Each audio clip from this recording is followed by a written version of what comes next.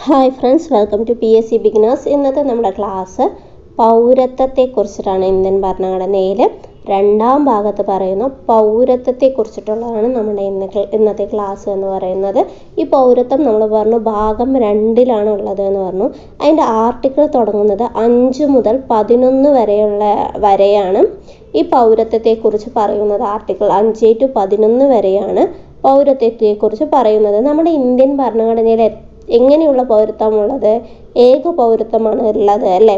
ചില ഭരണഘടനയിൽ 2 പൗരത്വമുള്ള ഭരണഘടനകളും ഉണ്ട്. പക്ഷെ നമ്മുടെ ഇന്ത്യയിൽ ഏക പൗരത്വമാണ് ഉള്ളത്. നമ്മുടെ ഈ ഭരണഘടനയിൽ പല കാര്യങ്ങളും നമ്മൾ കടം കൊണ്ടിട്ടുള്ളതാണെന്ന് നമ്മൾ പഠിച്ചിട്ടുണ്ട്. അങ്ങനെ കടം കൊണ്ടിട്ടുള്ളതാണ് ഈ പൗരത്വവും. അത് എവിടെ നിന്നാണ് കടം കൊണ്ട് എന്ന് ചോദിച്ചാൽ അത് നമ്മൾ ബ്രിട്ടനിൽ നിന്നാണ് ഏക പൗരത്വം എന്ന ആശയം കടം കൊണ്ടിട്ടുള്ളത്.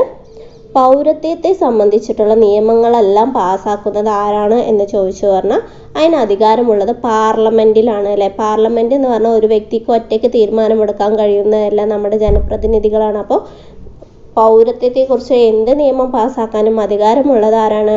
പാർലമെൻറ്റിനാണ്. ഒരു വ്യക്തി ഇന്ത്യൻ പൗരത്വം റദ്ദ് ചെയ്യാനുള്ള ഒരു വ്യക്തിയുടെ ഇന്ത്യൻ പൗരത്വം റദ്ദ് ചെയ്യാനുള്ള അവകാശമുള്ളതും ആർക്കാണ്? ഒരു വ്യക്തിയുടെ ഇന്ത്യൻ പൗരത്വം റദ്ദു ചെയ്യാനുള്ള അധികാരമുള്ളത് ഇന്ത്യൻ ഗവൺമെൻറ്റിനാണ്. അതുപോലെ വിദേശികൾ ഇന്ത്യൻ പൗരന്മാരെ ആരെങ്കിലും വിവാഹം കഴിച്ചിട്ട് ഇന്ത്യൻ പൗരത്വം നേടുന്നത് എങ്ങനെയാണെന്ന് ചോദിച്ചാൽ അത് രജിസ്ട്രേഷൻ മൂലമാണ് അവർ ചെയ്യുന്നത്. അപ്പോൾ പൗരത്വത്തിൽ പറഞ്ഞു ഭാഗം 2 ആർട്ടിക്കിൾ 5 മുതൽ 11 വരെയുള്ള ഭാഗത്താണ് പൗരത്വത്തെക്കുറിച്ച് പറഞ്ഞത്. കടമെടുത്തത് ബ്രിട്ടനിൽ നിന്നാണ് എന്ന് പറഞ്ഞു. നമ്മുടെ അവിടെ ഉള്ളത് ഏക പൗരത്വമാണ് നമ്മുടെ രാജ്യത്ത് ഉള്ളത് എന്ന് പറഞ്ഞാൽ ഏക പൗരത്വമാണ് ഉള്ളത് പറഞ്ഞാൽ പൗരത്വ നിയമം പാസ്സാക്കാൻ, പൗരത്വത്തെ സംബന്ധിക്കുന്ന നിയമം പാസ്സാക്കാനുള്ള അധികാരമുള്ളത് പാർലമെൻറ്റിനാണെന്ന് പറഞ്ഞാൽ പൗരത്വം റദ്ദാക്കാനുള്ള അധികാരമുള്ളത് നമ്മുടെ ഇന്ത്യൻ ഗവൺമെൻറ്റിനാണ്. ഈ വിദേശികൾ ഇന്ത്യക്കാരെ വിവാഹം കഴിച്ചിട്ട് പൗരത്വം നേടുന്നത് എങ്ങനെയാണെന്ന് ചോദിച്ചാൽ അത് രജിസ്ട്രേഷൻ മുഖാന്തരമാണ്. നമ്മുടെ ഇന്ത്യയിൽ ഏതെല്ലാം രീതിയിൽ പൗരത്വം നേടാം? ഇന്ത്യയിൽ ഏതെല്ലാം രീതിയിൽ പൗരത്വം നേടാം എന്ന് ചോദിച്ചാൽ 5 രീതിയിൽ നമുക്ക് പൗരത്വം നേടാം. ഇത് 1955 നിയമം അനുസരിച്ചിട്ടാണ് പറയുന്നത്. 1955 ഇന്ത്യൻ പൗരത്വ നിയമം അനുസരിച്ച് 5 രീതിയിൽ ഇന്ത്യൻ പൗരത്വം നേടാം. 1 ജന്മസിദ്ധമായ പൗരത്വം, അതായത് നമ്മുടെ മുത്തശ്ശൻ പിന്നെ അച്ഛൻ അങ്ങനെ നമ്മൾ ജന്മസിദ്ധമായിട്ട് കിട്ടി വരുന്ന പൗരത്വം. നമ്മൾ ജനിക്കുന്നതിന് മുമ്പ് നമ്മുടെ പേരൻസും അവരുടെ പേരൻസും ഒക്കെ ഈ ഇന്ത്യയിൽ ജനിച്ചവരാണല്ലേ, അങ്ങനെ കിട്ടുന്ന ജന്മസിദ്ധമായ പൗരത്വം. അതുപോലെ പിന്തുടർച്ച വഴിയുള്ള പൗരത്വം, നമ്മൾ ജനിച്ചത് മൂലം ഇവിടെ ഇന്ത്യയിൽ ജനിച്ചത് കൊണ്ട് ഇന്ത്യൻ പൗരനാവാം, അല്ലെങ്കിൽ പിന്തുടർച്ചാവകാശം വഴി. ഇപ്പോൾ നമ്മൾ പിന്തുടർച്ച ഓരോരുത്തരുടെ പിന്തുടർച്ച, അച്ഛനിൻ്റെ അപ്പൂപ്പന്മാരുടെ പിന്തുടർച്ച വഴി ഉള്ള പൗരത്വം. പിന്നെ രജിസ്ട്രേഷൻ വഴി നമുക്ക് വിവാഹം കഴിച്ചിട്ടോ അല്ലെങ്കിൽ നമുക്ക് രജിസ്ട്രേഷൻ മൂലമുള്ള പൗരത്വം. ചിരകാലാധിവാസം മുഖേനയുള്ള പൗരത്വം. പ്രാദേശിക സംയോജനം വഴിയുള്ള പൗരത്വം, അതായത് നമ്മുടെ ഇന്ത്യയിലോട്ട് കൂട്ടിച്ചേർക്കുകയാണ് സ്ഥലങ്ങൾ എന്ന് പറഞ്ഞാൽ അത് മൂലമുള്ള പൗരത്വം. എന്നിങ്ങനെയൊക്കെയാണ് നമുക്ക് ഇന്ത്യയിൽ പൗരത്വം കിട്ടുന്നത്. ഇതിലിപ്പോൾ നമ്മൾ പറഞ്ഞു ജന്മസിദ്ധമായ പൗരത്വം പറഞ്ഞു അല്ലേ. പൗരത്വം നേടുന്നതിനുള്ള രീതികളെക്കുറിച്ചുള്ള സെക്ഷൻസ് ഉണ്ട്. സെക്ഷൻസ് ചോദിക്കുകയാണ് പറഞ്ഞാൽ അത് സെക്ഷൻ 3 മുതൽ 7 വരെയാണ്. സെക്ഷൻ ചോദിക്കുകയാണ് പറഞ്ഞാൽ 3 to 7 ആണ്. നമ്മൾ ആർട്ടിക്കിൾ ചോദിക്കുമ്പോഴാണ് 5 to 11 പറഞ്ഞത്. അപ്പോൾ സെക്ഷൻ 3 to 7 ആണ്. അപ്പോൾ ജന്മസിദ്ധമായ പൗരത്വം വരുന്ന എത്രയിലായിരിക്കും? സ്റ്റാർട്ടിങ് 3ലാണ് വരുന്നത്. ബൈ ബർത്ത് 1950 ജനുവരി 26 അതിനുശേഷമോ 1987 ജൂലൈ 1 മുമ്പോ ഇന്ത്യയിൽ ജനിച്ച ഏതൊരു വ്യക്തിയും അവരുടെ മാതാപിതാക്കൾ ഏത് രാജ്യക്കാരായിരുന്നാലും അവർ ഇന്ത്യക്കാരാണ് എന്നാണ് ഈ ജന്മസിദ്ധമായ പൗരത്വത്തിൽ ഒന്നാമത് പറയുന്നത്. 1950 ജനുവരി 26 അതിന് ശേഷം 1987 ജൂലൈ 1 മുമ്പ് ഇന്ത്യയിൽ ജനിച്ച ഏതൊരു വ്യക്തിയും എന്തായിരിക്കും? അവർ ഇന്ത്യക്കാരായിരിക്കും എന്ന് പറയുന്നതിൻ്റെ പേരൻസ് ഇന്ത്യക്കാരനാവണം എന്നില്ല. അപ്പോൾ ആദ്യം പറഞ്ഞത് 50 to 87 ആണ് കേട്ടോ. അടുത്തത് ഈ 1987 ജൂലൈ 1 അതിനുശേഷമോ ജനിച്ച വ്യക്തി അവരുടെ മാതാപിതാക്കൾ ആരെങ്കിലും ഒരാൾ ഇന്ത്യക്കാരനായാണെങ്കിൽ കൂടി അവർക്ക് എന്ത് കിട്ടും? ഇന്ത്യൻ പൗരത്വം ലഭിക്കും. അതിനുശേഷം 2004 ഡിസംബർ 3 അതിനുശേഷമോ ഇന്ത്യയിൽ ജനിച്ച ഏതൊരു വ്യക്തിയും ഇന്ത്യൻ പൗരത്വം ലഭിക്കണമെങ്കിൽ മാതാപിതാക്കൾ രണ്ടുപേരും ഇന്ത്യക്കാരായിരിക്കണം. മാതാപിതാക്കൾ ഒരാൾ ഇന്ത്യക്കാരനും മറ്റൊരാൾ അനധികൃത കുടിയേറ്റക്കാരനുമാണെന്ന് പറഞ്ഞാൽ ഇവർക്ക് പൗരത്വം ലഭിക്കില്ല. അതായത് ഈ മാതാപിതാക്കളിൽ ഒരാൾ ഇന്ത്യൻ പൗരനും മറ്റൊരാൾ അംഗീകൃത പൗരനുമാണ് പറഞ്ഞാൽ പൗരത്വം ലഭിക്കും. എന്നാൽ അനധികൃത കുടിയേറ്റക്കാരനാണ് പറഞ്ഞാൽ എന്ത് ലഭിക്കില്ല? പൗരത്വം ലഭിക്കില്ല. അതുപോലെ ഇന്ത്യയിൽ നിയമിക്കപ്പെട്ടിട്ടുള്ള വിദേശ നയതന്ത്രജ്ഞന്മാരുടെ മക്കൾക്കും പൗരത്വം ലഭിക്കില്ല. അപ്പോൾ ജന്മസിദ്ധമായ പൗരത്വത്തിൽ നമ്മൾ ഏതൊക്കെ വർഷങ്ങളാണ് പറഞ്ഞത്? ഒന്നുകൂടെ പറയാം. 1950, 87, 2004 പറഞ്ഞത്. 50 മുതൽ 87 ജൂലൈ 1 വരെയുള്ളവർക്ക് ജനിച്ച ഏതൊരു കുട്ടിക്കും എന്ത് കിട്ടും? ഇന്ത്യയിൽ പൗരത്വം കിട്ടും. അമ്മയോ അച്ഛനോ ഇന്ത്യക്കാരനാണെന്നില്ല. 87 ശേഷം ജനിക്കുന്നവരിൽ ആരുടെയെങ്കിലും ജൂലൈ 1 ശേഷമോ ജനിക്കുന്നില്ല ആരുടെയും അമ്മയോ അച്ഛനോ ആരെങ്കിലും ഒരാൾ ഇന്ത്യൻ പൗരനായാലും പൗരത്വം ലഭിക്കും. 2004 ശേഷമാണെന്ന് പറഞ്ഞാൽ രണ്ടുപേരും ഇന്ത്യൻ പൗരന്മാരായാൽ മാത്രമേ ഇന്ത്യൻ പൗരത്വം ലഭിക്കുകയുള്ളൂ എന്നാണ് പറയുന്നത്. അതും ഇനി ഒരാൾ ഇന്ത്യക്കാരനും മറ്റൊരാൾ കുടിയേറ്റക്കാരനുമാണ് പറഞ്ഞാൽ ലഭിക്കില്ല. എന്നാൽ ഒരാൾ ഇന്ത്യക്കാരനും മറ്റൊരാൾ അംഗീകൃത പൗരനാണ് എന്ന് പറഞ്ഞാൽ ഇന്ത്യൻ പൗരത്വം ലഭിക്കും. അതുപോലെ തന്നെ ഇന്ത്യയിൽ നിയമിക്കപ്പെട്ട വിദേശ നയതന്ത്രജ്ഞന്മാർക്ക് എന്ത് കിട്ടില്ല? അവരുടെ മക്കൾക്കൊന്നും ഇന്ത്യൻ പൗരത്വം ലഭിക്കില്ല. അപ്പോൾ രണ്ടാമത് എന്താ പറയുന്നത്? പിന്തുടർച്ച വഴിയുള്ള പൗരത്വം. പിന്തുടർച്ച അതായത് വംശപാരമ്പര്യത്തിലൂടെ ആർജിച്ചെടുക്കുന്ന പൗരത്വത്തെ കുറിച്ചിട്ടാണ് രണ്ടാമത് പറയുന്നത്. അത് വരുന്നത് സെക്ഷൻ 4 ആണ്. ജന്മസിദ്ധം സെക്ഷൻ 3, സെക്ഷൻ 4 വരുന്ന പിന്തുടർച്ച വംശപാരമ്പര്യത്തിലൂടെ ആർജിച്ചെടുക്കുന്ന പൗരത്വമാണ്. 1950 ജനുവരി 26 അതിനുശേഷമോ എന്നാൽ 1992 ഡിസംബർ 10 മുമ്പോ ഇന്ത്യക്ക് പുറത്ത് ജനിക്കുന്ന ഒരു വ്യക്തിക്ക് ജനന സമയത്ത് അദ്ദേഹത്തിൻ്റെ പിതാവ് ഇന്ത്യൻ പൗരനാണെങ്കിൽ ഇന്ത്യൻ പൗരത്വം ലഭിക്കും എന്നാണ് പറയുന്നത്. എങ്ങനെയാണ്? 1950 ജനുവരി 26 അതിനുശേഷമോ ഇന്ത്യക്ക് പുറത്ത് ജനിച്ച ഒരു വ്യക്തിയായിരിക്കാം. എന്നാൽ അവൻ്റെ പിതാവ് ജനന സമയത്ത് ഇന്ത്യൻ പൗരനാണ് എന്ന് പറഞ്ഞാൽ ഇന്ത്യൻ്റെ പൗരത്വം ലഭിക്കും. രണ്ടാമത് പറയുന്നത് എന്താണ് പറഞ്ഞാൽ 1992 ഡിസംബർ 10 അതിനുശേഷമോ ഇന്ത്യക്ക് പുറത്ത് ജനിച്ച ഒരു വ്യക്തിക്ക് മാതാപിതാക്കളിൽ ഒരാൾ ഇന്ത്യൻ പൗരന്മാരാണെങ്കിലും പൗരത്വം ലഭിക്കും.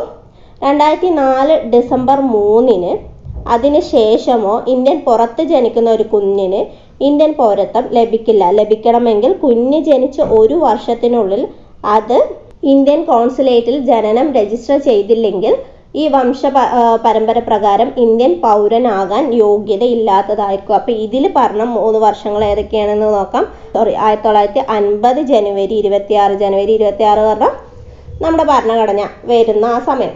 അതിനുശേഷമോ 1950 ജനുവരി 26 അതിനുശേഷമോ എന്നാൽ 1992 ഡിസംബർ 10 മുൻപോ ഇന്ത്യക്ക് പുറത്ത് ജനിക്കുന്ന ഒരു വ്യക്തി, ഇന്ത്യക്ക് പുറത്താണ് ജനിക്കുന്നത്, ആ വ്യക്തി ജനന സമയത്ത് അദ്ദേഹത്തിൻ്റെ പിതാവ് ഇന്ത്യൻ പൗരനാണ്. ഈ സമയത്ത് 50നും 92നും ഇടയിൽ ഇന്ത്യക്ക് പുറത്താണ് അവർ ജനിച്ചതെങ്കിലും പിതാവ് ഇന്ത്യൻ പൗരനാണെന്ന് പറഞ്ഞാൽ എന്ത് കിട്ടും? അവർക്ക് ഇന്ത്യൻ പൗരത്വം കിട്ടും. അതുപോലെ ഈ 1992 ഡിസംബർ 10 അതിനുശേഷമോ ഇന്ത്യക്ക് പുറത്ത് ജനിക്കുന്ന ഒരു വ്യക്തിക്ക് മാതാപിതാക്കളിൽ ഒരാൾ ഇന്ത്യൻ പൗരന്മാരാണ് പറഞ്ഞാൽ ഇന്ത്യൻ പൗരത്വം ലഭിക്കും എന്നാണ് പറയുന്നത്. എന്നാൽ 2004 ഡിസംബർ 3 ശേഷമാണ് എന്ന് പറഞ്ഞാൽ ഇന്ത്യക്ക് പുറത്ത് ലഭിക്കുന്നത് എന്ന് പറഞ്ഞാൽ ആ കുഞ്ഞിന് പൗരത്വം ലഭിക്കില്ല. അങ്ങനെ ലഭിക്കണം പറഞ്ഞാൽ എന്ത് കാട്ടണം? 1 വർഷത്തിനുള്ളിൽ ഇന്ത്യൻ കോൺസുലേറ്റിൽ ജനനം രജിസ്റ്റർ ചെയ്തിട്ടുണ്ട് പറഞ്ഞാൽ മാത്രമേ ഇന്ത്യൻ പൗരനാകാനുള്ള യോഗ്യത ഉണ്ടാവുകയുള്ളൂ. ഇന്ത്യൻ പൗരനാകാനുള്ള യോഗ്യത അവർക്ക് ഉണ്ടാവുകയുള്ളൂ. പ്രായപൂർത്തിയാകാത്ത ഒരു കുട്ടിയുടെ ജനന രജിസ്ട്രേഷനായി ഒരു ഇന്ത്യൻ കോൺസുലേറ്റിലേക്കുള്ള അപേക്ഷയ്ക്കൊപ്പം കുട്ടിയുടെ മാതാപിതാക്കളിൽ നിന്ന് മറ്റൊരു രാജ്യത്തിൻ്റെ പാസ്പോർട്ട് കൈവശമില്ലെന്ന് രേഖാമൂലം ഉറപ്പ് സ്വീകരിക്കപ്പെടുക കൂടി ചെയ്യും. എങ്ങനെയാണ്? മറ്റൊരു രാജ്യത്തിൻ്റെ പാസ്പോർട്ട് ഇല്ല, അതായത് അവർ ഇന്ത്യക്കാരൻ തന്നെയാണെന്ന് ഉറപ്പിക്കാനുള്ള ഒരു ഉറപ്പ് കൂടി, രേഖ കൂടി അവർക്ക് നൽകേണ്ടതുണ്ട്. അതുപോലെ പ്രായപൂർത്തിയാകാത്ത ഒരാൾ വംശപരമ്പരയുടെ അടിസ്ഥാനത്തിൽ ഇന്ത്യയിലെ പൗരനും മറ്റേതെങ്കിലും രാജ്യത്തെ പൗരനുമാണ് പറഞ്ഞാൽ അവൻ പൂർണ്ണത നേടിയതിന് ശേഷം 6 മാസത്തിനുള്ളിൽ മറ്റൊരു രാജ്യത്തിൻ്റെ പൗരത്വം ഉപേക്ഷിക്കുന്നില്ലെങ്കിൽ അയാൾക്ക് ഇന്ത്യൻ പൗരനായി തുടരാൻ കഴിയില്ല. അതായത് ഇന്ത്യയിൽ നമ്മൾ സ്വീകരിച്ചിരിക്കുന്നത് എങ്ങനത്തെ പൗരത്വമാണ്? ഏക പൗരത്വമാണ് അല്ലേ? അപ്പോൾ അയാൾക്ക് ഇന്ത്യൻ പൗരത്വം ലഭിക്കണമെങ്കിൽ അയാൾ എന്ത് ചെയ്യണം? മറ്റേ രാജ്യത്തെ പൗരത്വം വേണ്ട എന്ന് വെക്കണം. അടുത്തത് മൂന്നാമതായാണ് രജിസ്ട്രേഷൻ വഴിയുള്ള പൗരത്വം എന്ന് പറയുന്നത്. രജിസ്ട്രേഷൻ വഴിയുള്ള പൗരത്വം എങ്ങനെയാണ് പറയുന്നത്? അത് പറയുന്നത് രജിസ്ട്രേഷൻ അപേക്ഷിക്കുന്നതിന് 7 വർഷം മുമ്പ് 7 വർഷം മുൻപ് എന്ത് ചെയ്യണം? ഇന്ത്യയിൽ താമസം ഉറപ്പിച്ച വ്യക്തിയായിരിക്കണം. 7 വർഷം മുമ്പ്, 7 വർഷത്തിന് ശേഷം മാത്രമേ രജിസ്ട്രേഷൻ അപേക്ഷിക്കാൻ പറ്റുള്ളൂ. അതുപോലെ അവിഭക്ത ഇന്ത്യക്ക് പുറത്ത് താമസിക്കുന്ന ഇന്ത്യൻ വംശജന് രജിസ്ട്രേഷൻ മുഖാന്തരം പൗരത്വം നേടാവുന്നതാണ്. അവിഭക്ത ഇന്ത്യക്ക് പുറത്തുള്ള ഏതെങ്കിലും രാജ്യത്തോ സ്ഥലത്തോ സ്ഥിരതാമസമാക്കിയ ഇന്ത്യൻ വംശജനായ ഒരു വ്യക്തിക്ക് എന്ത് ചെയ്യാൻ പറ്റും? ഇന്ത്യൻ പൗരത്വം നേടാൻ കഴിയും. അതുപോലെ ഇന്ത്യൻ പൗരനുമായി വിവാഹം കഴിച്ചവർക്ക് പൗരത്വ അപേക്ഷ നൽകുന്നതിന് 7 കൊല്ലം മുമ്പ് ഇന്ത്യയിൽ സ്ഥിരതാമസമാക്കിയിരിക്കണം. അപ്പോൾ ഈ 7 കൊല്ലം എന്ന് പറയുന്നത് ഇമ്പോർട്ടൻ്റ് ആണ്. ഇന്ത്യൻ പൗരനെ വിവാഹം കഴിച്ച് രജിസ്ട്രേഷനായി അപേക്ഷിക്കുന്നതിന് മുമ്പ് 7 വർഷത്തേക്ക് ഇന്ത്യയിൽ സ്ഥിരതാമസമാക്കിയ ഒരു വ്യക്തിയായിരിക്കണം എന്നാണ് പറയുന്നത്. അതുപോലെ കോമൺവെൽത്ത് ആൻഡ് ഐറിഷ് റിപ്പബ്ലിക്കിലെ ജനങ്ങൾക്കും രജിസ്ട്രേഷൻ മുഖാന്തരം പൗരത്വം ലഭിക്കും. ഇന്ത്യയിലെ പൗരന്മാരായ വ്യക്തികളുടെ പ്രായപൂർത്തിയാകാത്ത കുട്ടികൾക്ക് എന്ത് കിട്ടും? ഇന്ത്യൻ പൗരന്മാരായ വ്യക്തികളുടെ പ്രായപൂർത്തിയാകാത്ത കുട്ടികൾക്കും എന്ത് കിട്ടും? ഇന്ത്യൻ പൗരത്വം ലഭിക്കും. മാതാപിതാക്കൾ ഇന്ത്യൻ പൗരന്മാരായി രജിസ്റ്റർ ചെയ്തിട്ടുണ്ട് എന്ന് പറഞ്ഞാൽ പ്രായപൂർത്തിയായ ഒരു വ്യക്തി, അവർക്ക് ഇന്ത്യൻ പൗരത്വം ലഭിക്കും. പൂർണ്ണ പ്രായവും ശേഷിയുമുള്ള ഒരു വ്യക്തിയോ അദ്ദേഹത്തിൻ്റെ മാതാപിതാക്കൾ ഒരാളോ നേരത്തെ സ്വതന്ത്ര ഇന്ത്യയിലെ പൗരന്മാരായിരുന്നു എന്ന് കണ്ടാൽ ഇന്ത്യൻ പൗരത്വം ലഭിക്കും. കൂടാതെ രജിസ്ട്രേഷൻ അപേക്ഷിക്കുന്നതിന് തൊട്ട് മുമ്പ് 12 മാസത്തേക്ക് ഇന്ത്യയിൽ സ്ഥിരതാമസക്കാരനാക്കുകയും വേണം. പൂർണ്ണ പ്രായവും ശേഷിയുമുള്ള ഒരു വ്യക്തി 5 വർഷത്തേക്ക് ഇന്ത്യയിലെ വിദേശ പൗരൻ്റെ കാർഡ് ഉടമയായി രജിസ്റ്റർ ചെയ്തിട്ടുണ്ടാവണം. കൂടാതെ രജിസ്ട്രേഷൻ അപേക്ഷിക്കുന്നതിന് മുമ്പ് 12 മാസം ഇന്ത്യയിൽ സ്ഥിരതാമസമാക്കിയ വ്യക്തിയാവണം. ഒരു വ്യക്തിയോ അല്ലെങ്കിൽ അദ്ദേഹത്തിൻ്റെ മാതാപിതാക്കൾ ഒരാളോ അവിഭക്ത ഇന്ത്യയിലോ 1947 ആഗസ്റ്റ് 15 ശേഷം ഇന്ത്യയുടെ ഭാഗമായി മാറിയ മറ്റേതെങ്കിലും പ്രദേശങ്ങളിലോ ജനിച്ചവരാണെങ്കിൽ ഇന്ത്യൻ വംശജനായി കണക്കാക്കപ്പെടും. ഈ പറഞ്ഞ എല്ലാ രീതിയിലുള്ളവരെയും എന്ത് ചെയ്യാൻ പറ്റും? രജിസ്ട്രേഷൻ മുഖാന്തരം ഇവർക്ക് ഇന്ത്യൻ പൗരത്വം ലഭിക്കും. അങ്ങനെ ലഭിക്കുന്നവർക്ക് എന്താണ്? ഇന്ത്യൻ പാർലമെൻറ്റ് നടപ്പാക്കുന്ന എല്ലാ നിയമങ്ങളും അവർക്ക് ബാധകമായിരിക്കും. അടുത്ത 4-ാമത്തേതാണ് ചിരകാലാധിവാസം മുഖേന കിട്ടുന്നത്. അത് സെക്ഷൻ 6 വരുന്നത്. നമ്മൾ സെക്ഷൻ 3 മുതൽ പറഞ്ഞു. 3, 4, 5, 6 സെക്ഷൻ 7 വരെയാണല്ലേ നമ്മൾ പറഞ്ഞു. അപ്പോൾ സെക്ഷൻ 6 ചിരകാലാധിവാസം മുഖേന വരുന്നത്. ഒരു വ്യക്തിക്ക് ഇനി പറയുന്ന യോഗ്യതകളുണ്ട് എന്ന് പറഞ്ഞാൽ ഒരപേക്ഷയിലൂടെ കേന്ദ്ര ഗവൺമെൻറ് സ്വദേശിവൽക്കരണ സർട്ടിഫിക്കറ്റ് ലഭിക്കും. എങ്ങനെയൊക്കെയാണ് പറഞ്ഞാൽ ഇന്ത്യൻ പൗരന്മാർക്ക് പ്രകൃതിവൽക്കരണത്തിലൂടെ പൗരനാകുന്നതിന് തടസ്സമുള്ള രാജ്യത്തിൻ്റെ പ്രജയോ പൗരനോ ആവരുത്. അതുപോലെ അദ്ദേഹം വേറെ ഏതെങ്കിലും രാജ്യത്തിൻ്റെ പൗരനാണെങ്കിൽ ആ രാജ്യത്തിൻ്റെ പൗരത്വം എന്ത് ചെയ്യണം? ഉപേക്ഷിക്കണം. പിന്നെ ഈ പൗരത്വം അപേക്ഷിക്കുന്നതിന് തൊട്ട് മുമ്പ് 12 മാസക്കാലത്തിനുടനീളം അദ്ദേഹം എന്ത് ചെയ്യണം? ഇന്ത്യയിൽ താമസിക്കണം. അല്ലെങ്കിൽ ഇന്ത്യയിലെ ഒരു ഗവൺമെൻറ്റിൻ്റെ സേവനത്തിലോ ആയിരിക്കുകയും വേണം. അതുപോലെ ഈ 12 മാസത്തെ കാലയളവിന് തൊട്ടു മുമ്പുള്ള 14 വർഷത്തിനിടയിൽ അദ്ദേഹം ഒന്നുകിൽ ഇന്ത്യയിൽ താമസിക്കുകയോ അല്ലെങ്കിൽ ഇന്ത്യയിൽ ഒരു ഗവൺമെൻറ്റിൻ്റെ സേവനത്തിലോ ആയിരിക്കുകയും ചെയ്തിട്ടുണ്ടാവുകയും വേണം. അതുപോലെ അദ്ദേഹത്തിൻ്റെ സ്വഭാവവും കൂടി നോക്കും. അതുപോലെ ഭരണഘടനയിലെ 8-ാം ഷെഡ്യൂളിൽ വ്യക്തമാക്കിയിട്ടുള്ള ഒരു ഭാഷയെക്കുറിച്ച് അദ്ദേഹത്തിന് മതിയായ അറിവും ഉണ്ടായിരിക്കണം. എന്നെങ്കിൽ മാത്രമേ ഈ ചിരകാലാധിവാസം മുഖേനയുള്ള പൗരത്വം അദ്ദേഹത്തിന് ലഭിക്കുകയുള്ളൂ. അപ്പോൾ ഒന്നുകൂടെ പറയാം. ചിരകാലാധിവാസം മുഖേന പറയുമ്പോൾ പൗരത്വത്തിന് വേണ്ടി അപേക്ഷിക്കുന്ന ആൾ ഏതെങ്കിലും രാജ്യത്തെ പൗരനാണെങ്കിൽ ഇന്ത്യൻ പൗരത്വം കിട്ടുന്ന നിലയ്ക്ക് ആ രാജ്യത്തെ പൗരത്വം എന്താവും? റദ്ദാക്കും, അല്ലെങ്കിൽ റദ്ദാക്കപ്പെടും, അല്ലെങ്കിൽ അയാൾ റദ്ദാക്കിയിരിക്കണം.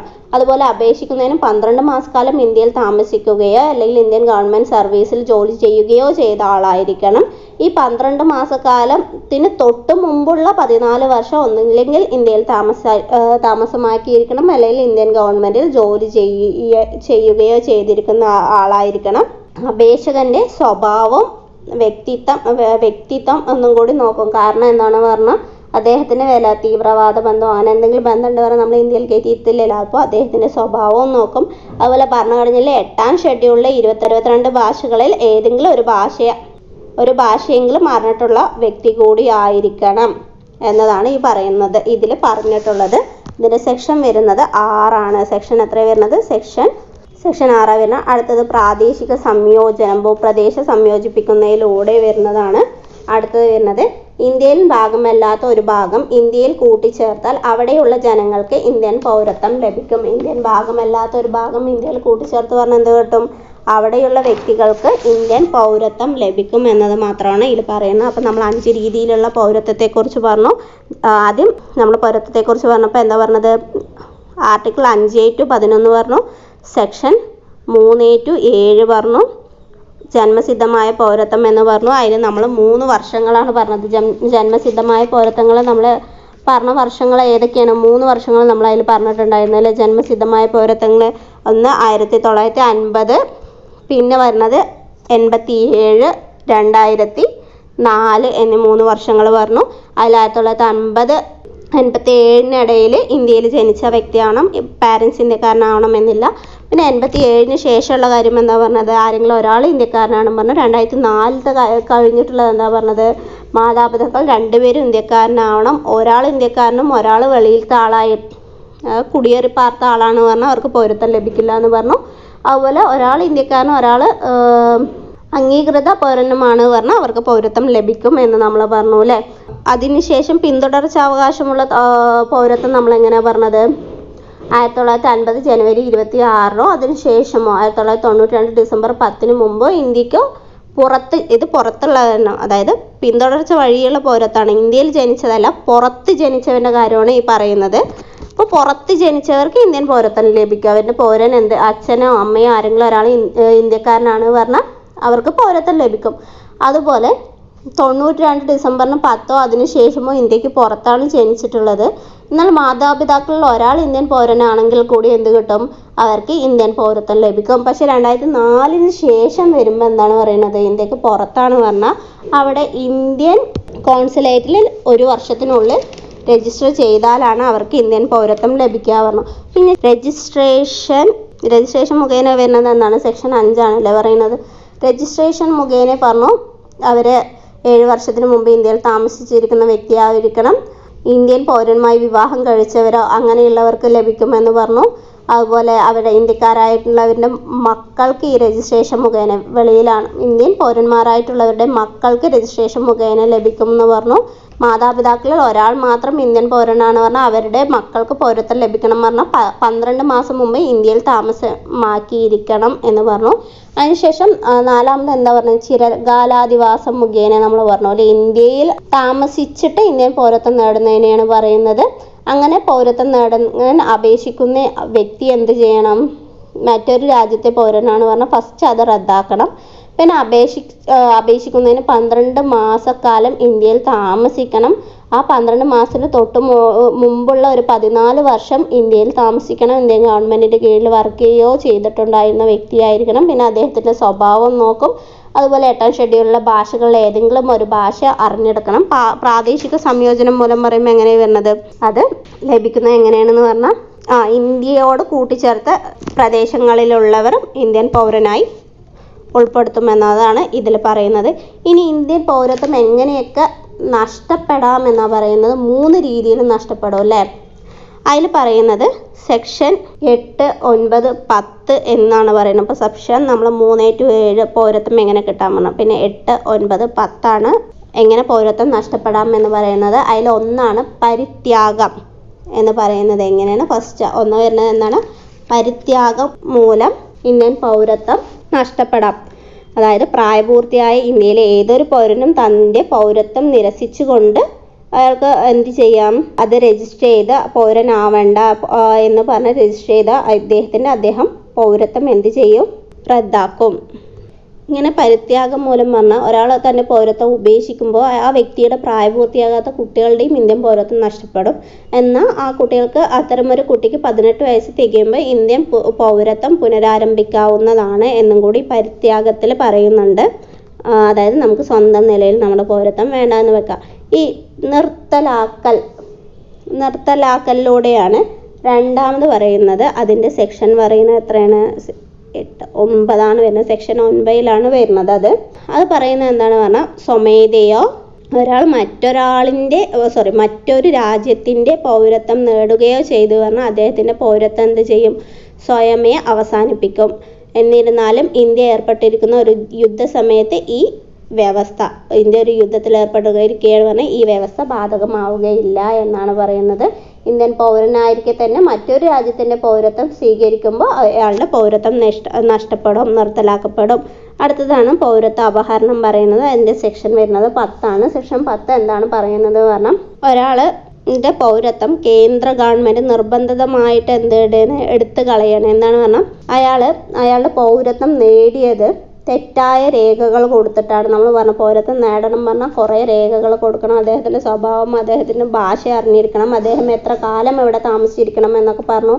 പാരൻസിൻ്റെ ഡീറ്റെയിൽസ്, ഇവിടെ താമസിച്ചവരാണ് പറഞ്ഞാൽ ആ രീതിയിലൊക്കെ പറഞ്ഞല്ലോ.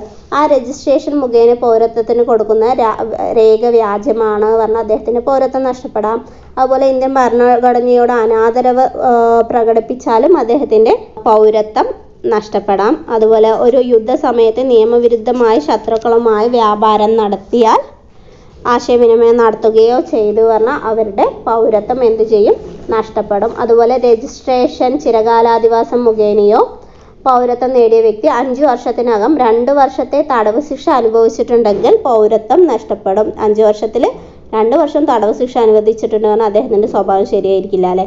അപ്പോൾ അദ്ദേഹത്തിൻ്റെ പൗരത്വം എന്ത് ചെയ്യപ്പെടും? നഷ്ടപ്പെടും. അതുപോലെ തുടർച്ചയായി 7 വർഷം ഇന്ത്യക്ക് പുറത്തു പോയി താമസിച്ചാൽ അവർ രജിസ്ട്രേഷൻ ചെയ്തിട്ട് അവർക്ക് എന്ത് കിട്ടിയിട്ടുണ്ട്? പൗരത്വം ലഭിച്ചിട്ടുണ്ട്.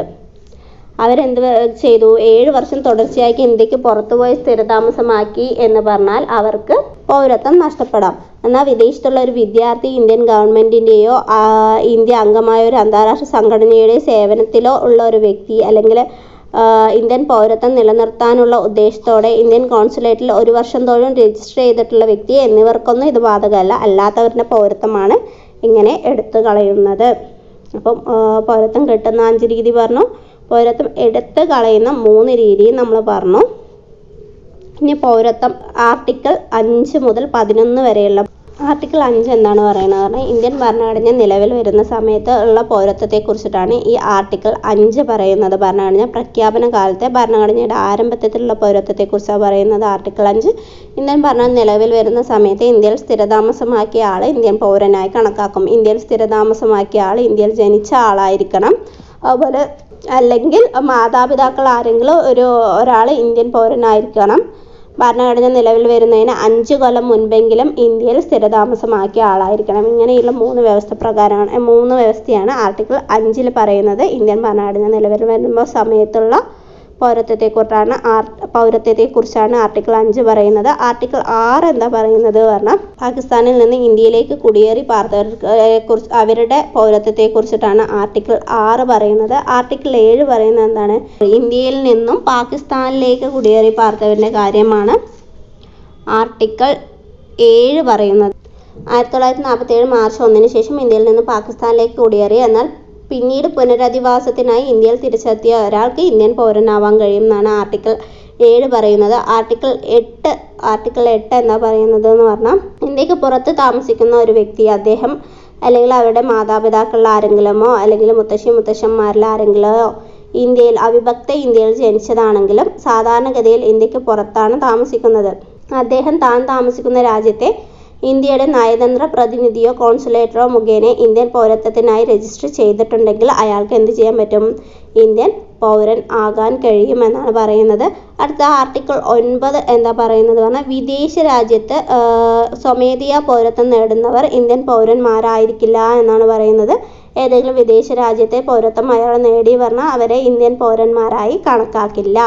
ആർട്ടിക്കിൾ 10 എന്താണ് പറയുന്നത് പറഞ്ഞാൽ, പാർലമെന്റ് നിർമ്മിക്കുന്ന ഏതെങ്കിലും നിയമത്തിൻ്റെ വ്യവസ്ഥകൾക്ക് വിധേയമായി ഇന്ത്യൻ പൗരനായിരിക്കുകയോ ഇന്ത്യൻ പൗരനായി കണക്കാക്കപ്പെടുകയോ ചെയ്യുന്ന ഓരോ വ്യക്തിയും അത്തരത്തിൽ ഇന്ത്യൻ പൗരനായി തുടരും എന്നാണ് പറയുന്നത്.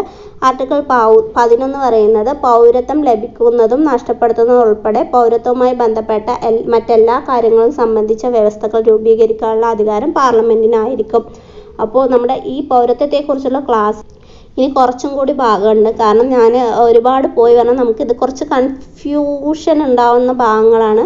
അപ്പോൾ ഇത് 2 ക്ലാസ് ആയിട്ടാണ് ഞാൻ തരാൻ പോകുന്നത്. ഇതിൻ്റെ ബാക്കിയായിട്ട് നമുക്ക് ഇതിനൊക്കെ ഒന്ന് എക്സ്പ്ലനേഷൻ ചെയ്യണം. അതുപോലെ ഇന്ത്യൻ പൗരന്മാർക്ക് ലഭിക്കുന്ന അവകാശങ്ങളെക്കുറിച്ച് പറയണം. പൗരത്വ ഭേദഗതികളെക്കുറിച്ചും ഉള്ള ഒരു ക്ലാസ്സുമായിട്ട് അടുത്ത ഒരു ക്ലാസ്സുമായി ഞാൻ വരുന്നതായിരിക്കും. അപ്പോൾ ഇതുവരെയുള്ള ക്ലാസ് ഇഷ്ടപ്പെട്ടാൽ ലൈക്ക് ചെയ്യുക, സബ്സ്ക്രൈബ് ചെയ്യുക.